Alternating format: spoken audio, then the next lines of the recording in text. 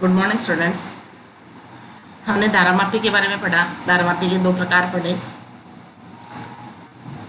तल कुंडली धारामापी के दो प्रकार पढ़े थे, निलंबित कुंडली धारामापी और किलकित धारामापी। और धारामापी का एमीटर में रूपांतरण और धारामापी का वोल्टमीटर में रूपांतरण, इतना अपन पढ़ चुके थे।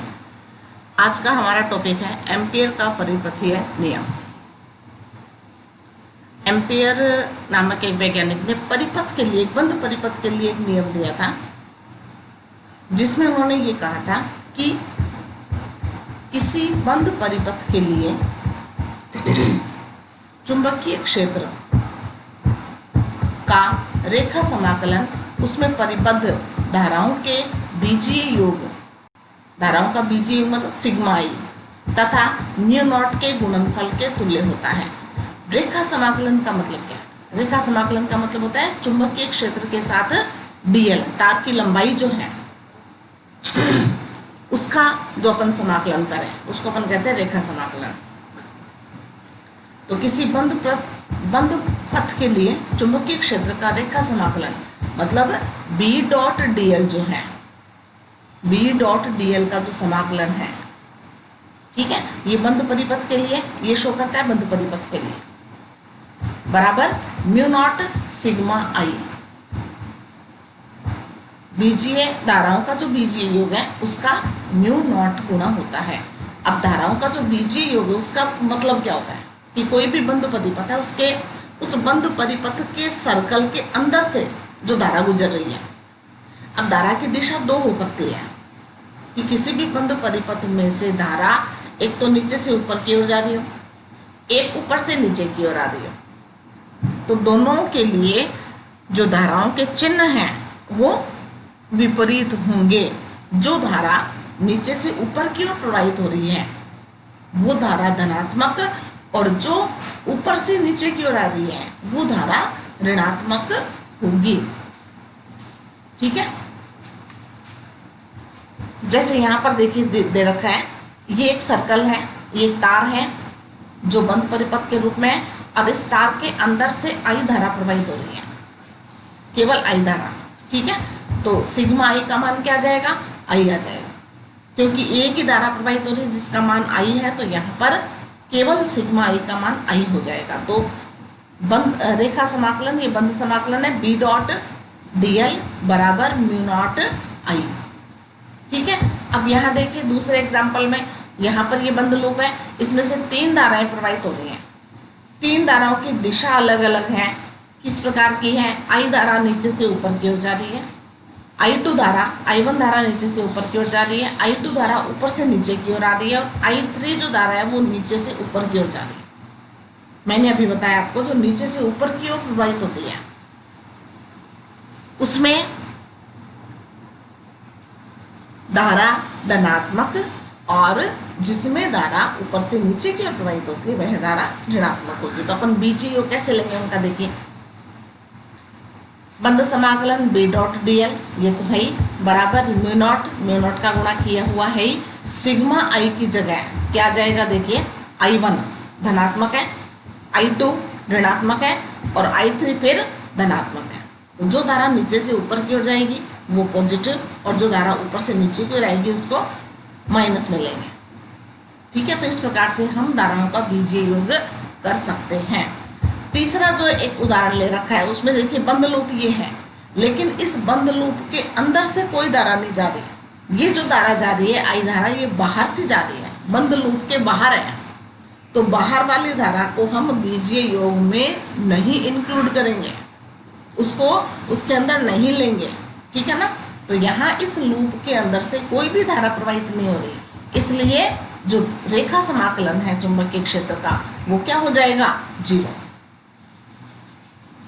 बात समझ में आ गई? तो ये एम्पियर का जो परिपथीय नियम है ये थोड़ा थोड़ा किससे सिमिलर करता है, किसके समरूप है? ये जो हमने गॉस का नियम पढ़ा था,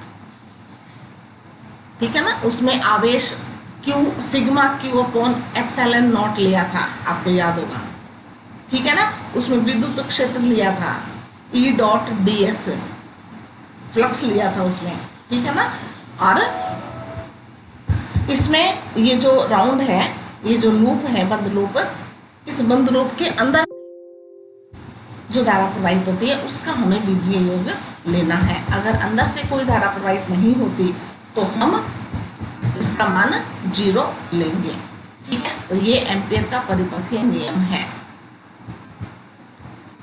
बंद समाकलन B डॉट dl बराबर म्यू नॉट सिग्मा आई, परंतु B बराबर म्यू नॉट H, यहाँ पर ये जो संबंध है ये अपन 8वें लेसन में पढ़ेंगे। जो अगला चैप्टर है हमारा उसमें चुंबकीय क्षेत्र, चुंबकीय पारगम्यता, चुंबकीय तीव्रता, चुंबकन क्षेत्र, ये सब जो नाम है इनकी परिभाषाएं वो अगले उस चैप्टर में आएगी। लेकिन B में और H में ये संबंध होता है। ठीक है, ये संबंध अपन अगले चैप्टर में पढ़ेंगे। ठीक है ना, तो एक बार नोट्स में तो आप लिख लेना, ये अगले चैप्टर में आपके क्लियर हो जाएगा। तो B सदिश बराबर म्यू नॉट H सदिश, ये संबंध होता है। तो हम इस B की जगह B का मान लगा देंगे म्यू नॉट H। ये म्यू नॉट H B की जगह B का मान लगा दिया, म्यू नॉट से म्यू नॉट कट जाएगा तो क्या जाएगा H डॉट dl बराबर सिग्मा आई। ये भी एक सूत्र होता है। इसे हम चुंबकन क्षेत्र का रेखा समाकलन कहते हैं। चुंबकन क्षेत्र कौन है यहाँ पर H, चुंबकीय क्षेत्र तो है B, चुंबकन क्षेत्र है H। इन दोनों के बारे में, ये जो H है एक चुंबकीय तीव्रता होती है I, एक चुंबकीय पारगम्यता होती है काई, ये सब अपन अगले चैप्टर में पढ़ेंगे। ठीक है ना, तो यहाँ पर केवल आप इतना ध्यान रखें कि ये B में और H में संबंध है। यहाँ पर B का मान रखा है और सूत्र का रूप चेंज किया है। दूसरा सूत्र हमने चुंबकन क्षेत्र का मान निकाला है। इसे हम चुंबकन क्षेत्र का रेखा समाकलन कहते हैं। जो चुंबकत्व वाहक बल, हमने वहां विद्युत वाहक बल पढ़ा था, आपको याद हो तो EMF विद्युत वाहक बल पढ़ा था ना, ठीक उसी प्रकार चुंबकत्व वाहक बल, तो ये क्या कहलाता है, ये क्या कहलाएगा, रेखा समाकलन। चुंबकन क्षेत्र का रेखा समाकलन क्या कहलाएगा, चुंबकत्व वाहक बल कहलाता है। और इसकी इकाई, इसका मात्रक क्या होगा, एम्पियर। इसका मात्रक क्या होगा, यहाँ देखिए केवल एम्पियर है, केवल I है, तो इस पूरे का मात्रक क्या हो जाएगा, एम्पियर हो जाएगा। तो ये भी यहाँ 1 नंबर का प्रश्न बनता है कि चुंबकत्व वाहक बल का की इकाई क्या होती है, तो आप क्या लिखोगे, एम्पियर। अब इसके अनुप्रयोग, जैसे अपन ने गाउस के नियम के अनुप्रयोग पढ़े थे, ठीक उसी प्रकार एम्पियर के परिपथीय नियम के अनुप्रयोग भी हैं। पहला अनुप्रयोग, अनंत धारावाही चालक तार के कारण चुंबकीय क्षेत्र की तीव्रता। अनंत धारावाही चालक तार, ये नाम आपने सुना होगा। गाउस के नियम का पहला अनुप्रयोग ही है ये। अनंत धारावाही तार, अनंत रेखीय धारावाही चालक तार के कारण विद्युत क्षेत्र की तीव्रता पढ़ी थी ना अपन ने। ये चुंबकीय क्षेत्र की तीव्रता अपन निकालेंगे। विद्युत क्षेत्र की तीव्रता ज्ञात करने के लिए गाउस ने नियम दिया था, चुंबकीय क्षेत्र की तीव्रता ज्ञात करने के लिए एम्पियर ने नियम दिया। इसमें वो ये देखिए, यहाँ पर एक अनंत रेखीय धारावाही चालक तार ले रखा है जिसमें I धारा प्रवाहित हो रही है। ये चारों तरफ चुंबकीय क्षेत्र है। इस तार के चारों तरफ हमने एक लूप की कल्पना कर ली, ये लूप हमने ले लिया और इसमें चुंबकीय क्षेत्र उत्पन्न हो जाएगा। जब धारा ऊपर की ओर प्रवाहित होगी तो चुंबकीय क्षेत्र की दिशा कहाँ होगी, ये ऐसे राउंड में प्रवाहित होगी, मतलब गोल गोल ऐसे। ठीक है ना, तो इधर से अपन इधर ले रहे हैं ना भाई, स्क्रीन पे आपके इस साइड में है, तो ये अंदर की ओर जा रही है, तो पृष्ठ के लंबवत अंदर की ओर ले रहे हैं अपन। तो ये DL है, सॉरी D है। ये जो बिंदु P हमने लिया है वो तार के किसी बिंदु O से D दूरी पर है और ये तार की लंबाई हमने ले ली DL। ठीक है, एम्पियर का नियम, B डॉट dl बराबर म्यू नॉट सिग्मा I, यही सूत्र है। डॉट हटाएंगे तो क्या लगाएंगे, कॉस थीटा। डॉट हटाएंगे तो क्या लगाएंगे, कॉस थीटा। ठीक है, और सिग्मा I का मान, सिग्मा I का मान देखिए, इस लूप के अंदर से, इस ये जो लूप हमने लिया, इस लूप के अंदर से कितनी धारा प्रवाहित हो रही है, I धारा प्रवाहित हो रही है, तो सिग्मा I का मान कितना जाएगा, I। ठीक है, यहाँ पर cos थीटा का मान कितना है, cos थीटा, ये जो कोण है थीटा जो कोण है ये किस किस के मध्य है, बी और डीएल के मध्य, चुंबकीय क्षेत्र और लंबाई के मध्य। ठीक है, ये लंबाई कौन सी जो हमने लूप माना है, उस लूप में जो लंबाई है, कोई भी वृत्ताकार लूप, उस वृत्ताकार लूप का हमने अल्पांश माना, तो जिस दिशा में तार की लंबाई जा रही है उसी दिशा में बी है, पृष्ठ के लंबवत लूप ने ये मान रखा है ऐसे। ठीक है ना, तो ये लंबाई इधर वाली जो तार की लंबाई है ये इसकी दिशा उधर है, और चुंबकीय क्षेत्र की दिशा भी पृष्ठ के लंबवत अंतर की ओर है, दोनों की दिशा सेम है। तो यहाँ थीटा का मान 0 है और कोस 0 का मान 1 हो जाता है, तो यहाँ ये हट जाएगा। चुंबकीय क्षेत्र B का मान समान होगा, तो B बाहर आ जाएगा, dl हमने ये ले लिया। अब dl जो है, देखिए यहाँ dl हमने कौन सा लिया, यहाँ ये जो अल्पांश है ये अल्पांश हमने dl ले रखा है। ठीक है, तो पूरे वृत्ताकार के लिए क्या होगा, पूरी परिधि आ जाएगी ना, परिधि पर हमने dl अल्पांश लिया है। अब हमें पूरे लूप के लिए निकालना है, तो पूरे लूप के लिए जब अपन निकालेंगे तो पूरी परिधि आ जाती है। और किसकी परिधि, जिसकी त्रिज्या d हो, ये d त्रिज्या का लूप है। ठीक है, तो इसमें परिधि कितनी आ जाएगी, 2 पाई d। तो इस dl का समाकलन, इस dl का समाकलन मतलब लंबाई का समाकलन लेना है वृत्ताकार लूप के लिए। तो लंबाई हमने वृत्ताकार लूप की परिधि पर हमने dl लंबाई मानी थी, और वो अब पूरी परिधि के लिए है। तो पूरी परिधि का सूत्र आप जानते हो, 2 पाई r होता है। यहाँ r की जगह हमने d ले रखा है, तो इस dl समाकलन, बंद समाकलन dl का मान जो है वो क्या जाएगा, 2 पाई d। तो b गुणा 2 पाई d बराबर म्यू नॉट आई। तो b बराबर 2 पाई d का भाग लगा दिया, तो यह जाएगा म्यू नॉट आई बटे 2 पाई d। ठीक है, म्यू नॉट कांस्टेंट है, 2 पाई कांस्टेंट है, धारा का मान भी अगर नियत है, आई धारा किसी चालक तार में आई धारा कांस्टेंट धारा अपन प्रवाहित करवा रहे हैं, तो d जो दूरी है, d दूरी मतलब ये जो लूप हमने माना, ये लूप अगर अपन यहाँ माने, देखिए यहाँ इतनी दूरी पर माने, इतनी दूरी पर ये वृत्ताकार लूप माने, d बढ़ाते हैं तो चुंबकीय क्षेत्र का मान कम हो जाएगा। तो तार के पास नजदीक बिंदु पर, निकट बिंदु पर चुंबकीय क्षेत्र का मान ज्यादा होता है, और जैसे जैसे अपन दूरी पर जाते हैं वैसे वैसे चुंबकीय क्षेत्र का मान कम हो जाता है। ठीक है, तो जैसे जैसे अपन दूरी पर जाएंगे वैसे वैसे चुंबकीय क्षेत्र का मान कम हो जाएगा। तो d दूरी के व्युत्क्रमानुपाती होता है चुंबकीय क्षेत्र।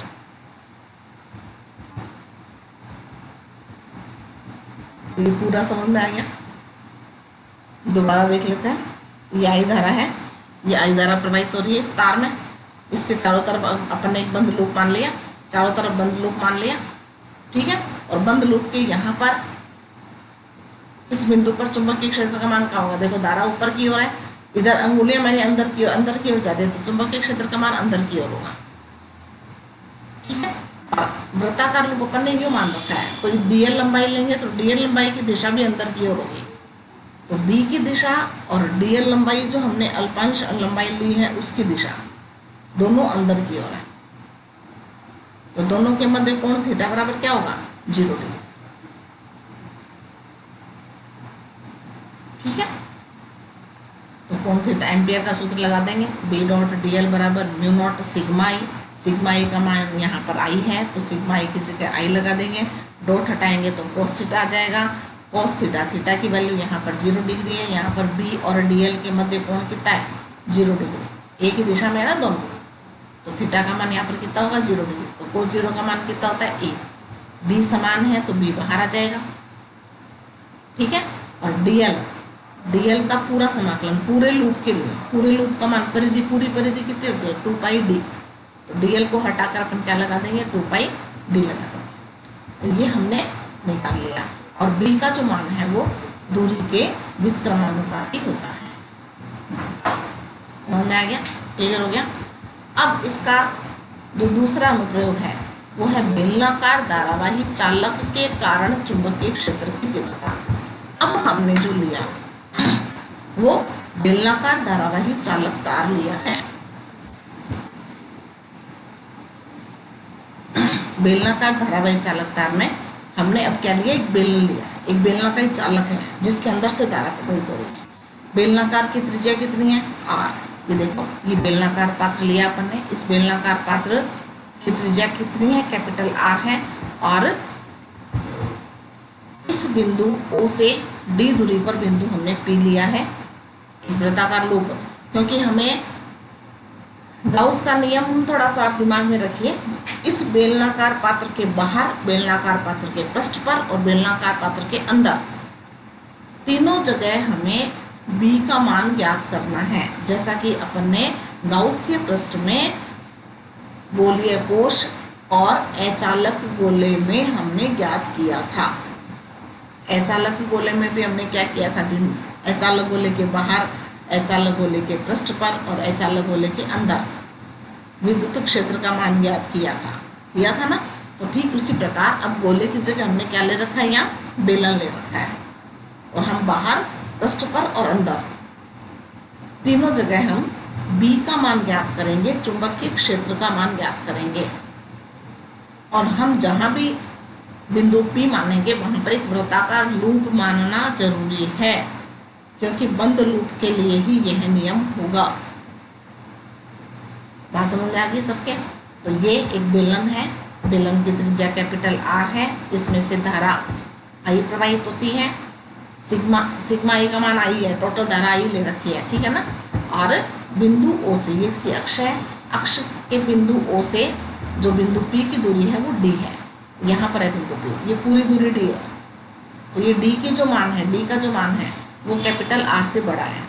स्मॉल d जो है वो कैपिटल R से बड़ा है। बिंदु बाहर ले रखा है ना, इसलिए। तो वही एम्पियर का नियम लगा देंगे। तो यहाँ पर देखिए, माना कैपिटल R त्रिज्या के बेलनाकार धारावाही चालक से धारा कैपिटल I प्रवाहित हो रही है। इसके अक्ष से स्मॉल d दूरी पर कोई बिंदु P है जहां हमें चुंबकीय क्षेत्र की तीव्रता ज्ञात करनी है। अतः d त्रिज्या के वृत्ताकार बंद पथ की कल्पना करते हैं, परंतु बिंदु P की भिन्न भिन्न स्थितियां संभव है।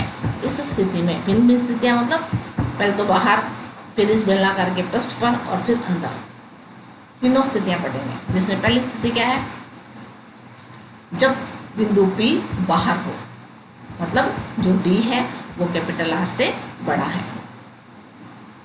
ठीक है, नियम वही लगेगा। परिपथ, एम्पियर के परिपथ या नियम से B डॉट dl बंद समाकलन बराबर mu naught sigma I। Sigma I का मान I होगा। B और dl के मध्य, B और dl के मध्य देखो दिशा समान है, इसलिए 0 डिग्री। ये थीटा का मान 0 डिग्री होगा। B बाहर आ जाएगा। ये dl का मान 2πd पूरे लूप के लिए परिधि दिया जाएगी पूरी।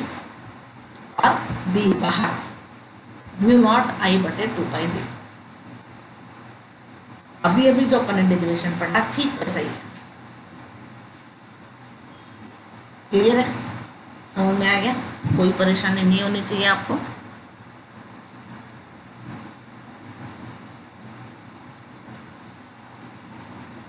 अब हम जो बिंदु लेंगे, ये कोण 0 तो समझ में आ गया होगा, क्योंकि देखो ये बेलन आप मान सकते हैं। ये बेलन मान लो यहाँ पर बिंदु ले रहे हैं, बिंदु P, और वृत्ताकार हमने मान लिया, ठीक है। और B की दिशा अंदर की ओर है और dl की दिशा भी अंदर की ओर है। जो वृत्ताकार लूप माना है उस पर लेना है dl, न कि बेलन में या तार में।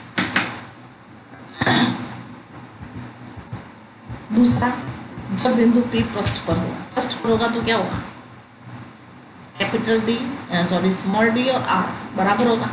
मतलब अब जो है वो बिंदु P हमने यहाँ लिया है, इस बिंदु को, तो यहाँ से यहाँ तक की दूरी अपन D लेंगे और यहाँ से यहाँ तक की दूरी R भी है। ये मुझे ज़्यादा समझाने की आवश्यकता नहीं है, क्योंकि ये अपन ने उसके नियम में पढ़ लिया था कि पृष्ठ पर जो दूरी है वो त्रिज्या के बराबर होती है। तो स्मॉल d बराबर कैपिटल R, तो यह आ जाएगा सरफेस पर। सतह पर, डी की जगह क्या लिख देंगे अपन, आर। तो म्यू नॉट आई बटे 2πr, तो कोई दिक्कत नहीं है, इसका सीधा अपन लिख सकते हैं। अब हम लेंगे अंदर। अंदर जब लेते हैं तो थोड़ा सा चेंज हो जाता है, क्योंकि अंदर धारा का मान जो वो बदल जाएगा।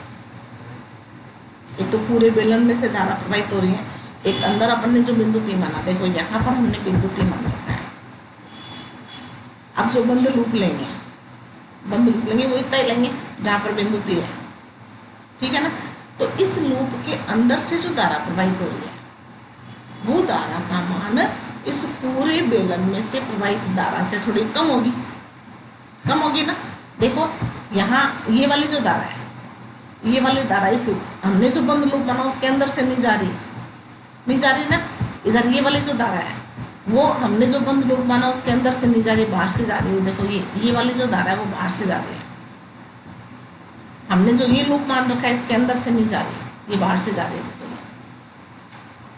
जा रही है ना। और इधर से ये वाली जो धारा है, ये वाली भी धारा जो है वो लूप के बाहर से जा रही है। तो यहाँ से जो इस हमने जो बंद लूप मान रखा है उसके अंदर से गुजरने वाली जो धारा का मान है वो इस आई से कम होगी, ठीक है। और उसको हमने क्या मान लिया, आई डैश। जैसा कि वहां हमने Q और Q डैश लिया था, अगर आपको याद हो तो अचालक गोला आप निकाल सकते हो। अचालक गोले में हमने अंदर जो बिंदु लिया था, अंदर वाला जो गोला माना था उसमें आवेश की मात्रा कम होगी जो Q डैश थी। यहाँ हमने I और I डैश ले रखा है।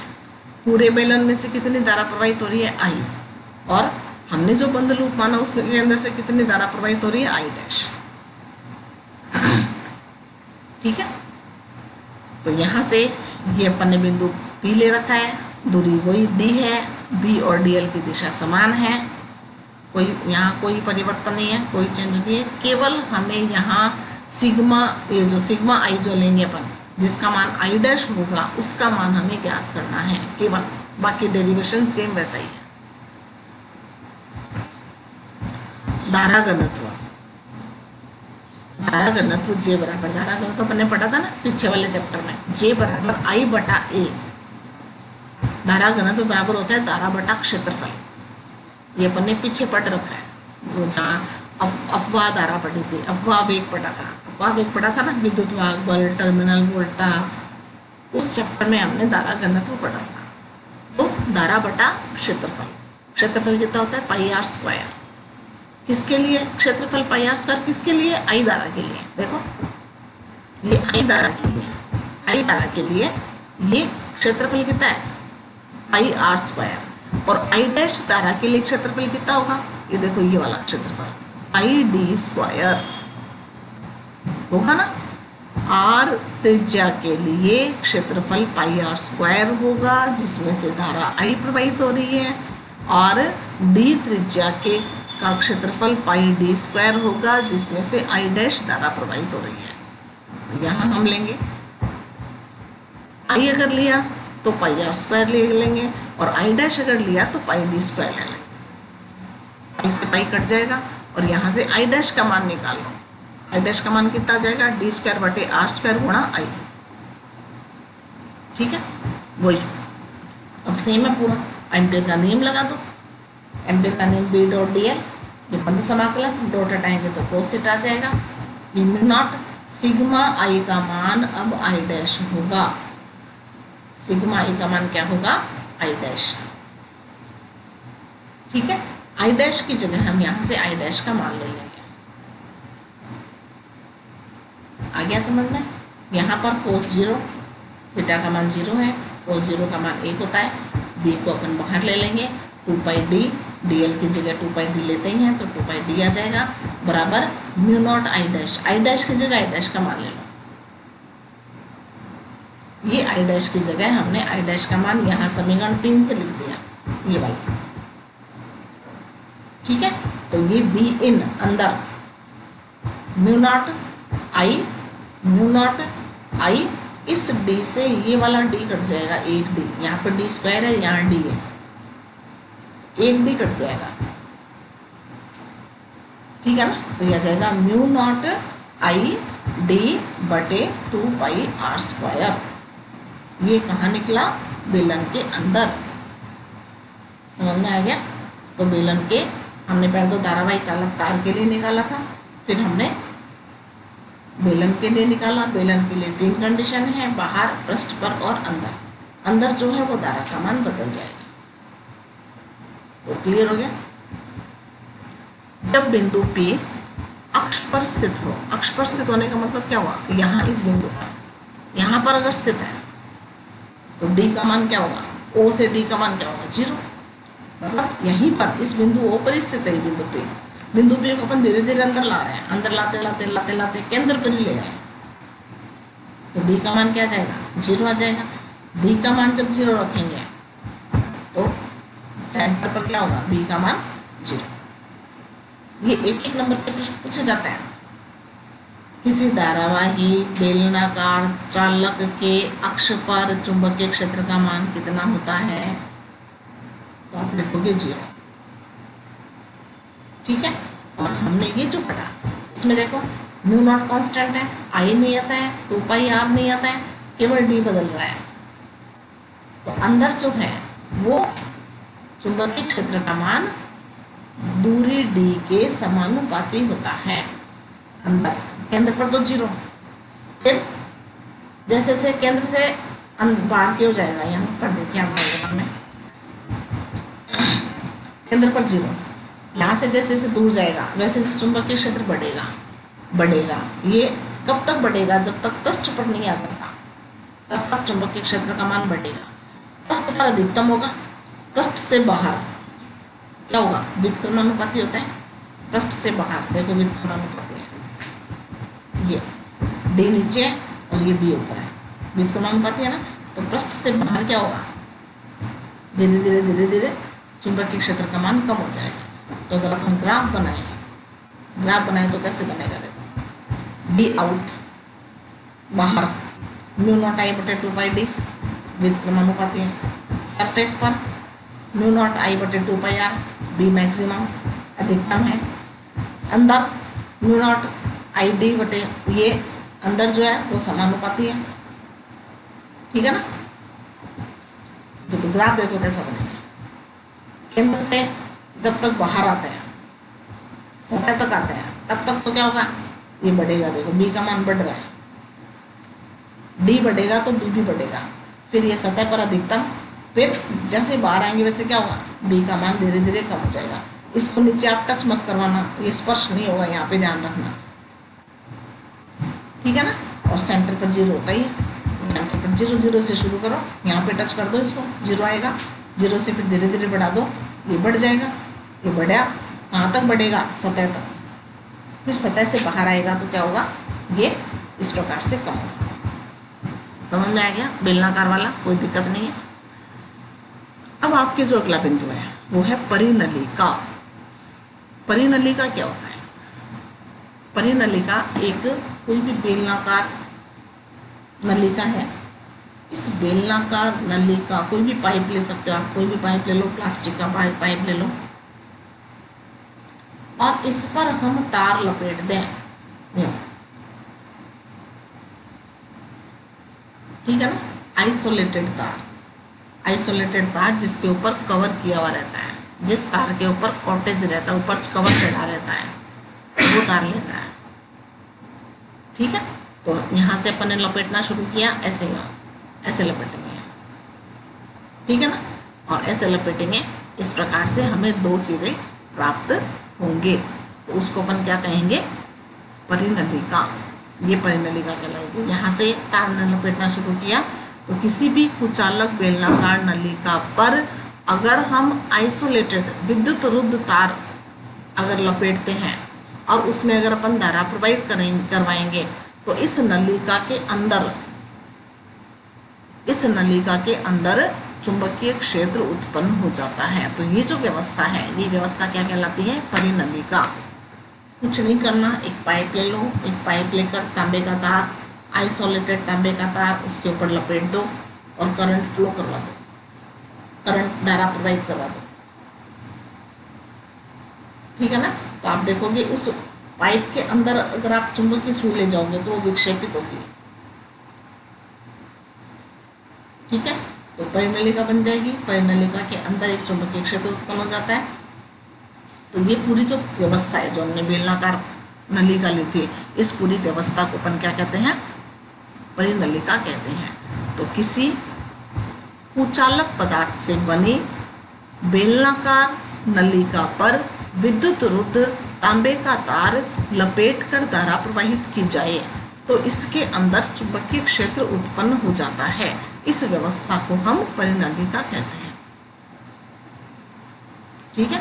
तो आज के लिए इतना काफ़ी है, आज अपन इतना ही पढ़ेंगे, बाकी अपन कल पढ़ेंगे। तो ये एम्पियर का जो नियम है इम्पोर्टेंट है परीक्षा के लिए और इजी भी है, कोई आपको मुश्किल नहीं आएगी, उसमें कोई भी प्रॉब्लम नहीं आएगी। तो आज इसको पढ़ना। धन्यवाद।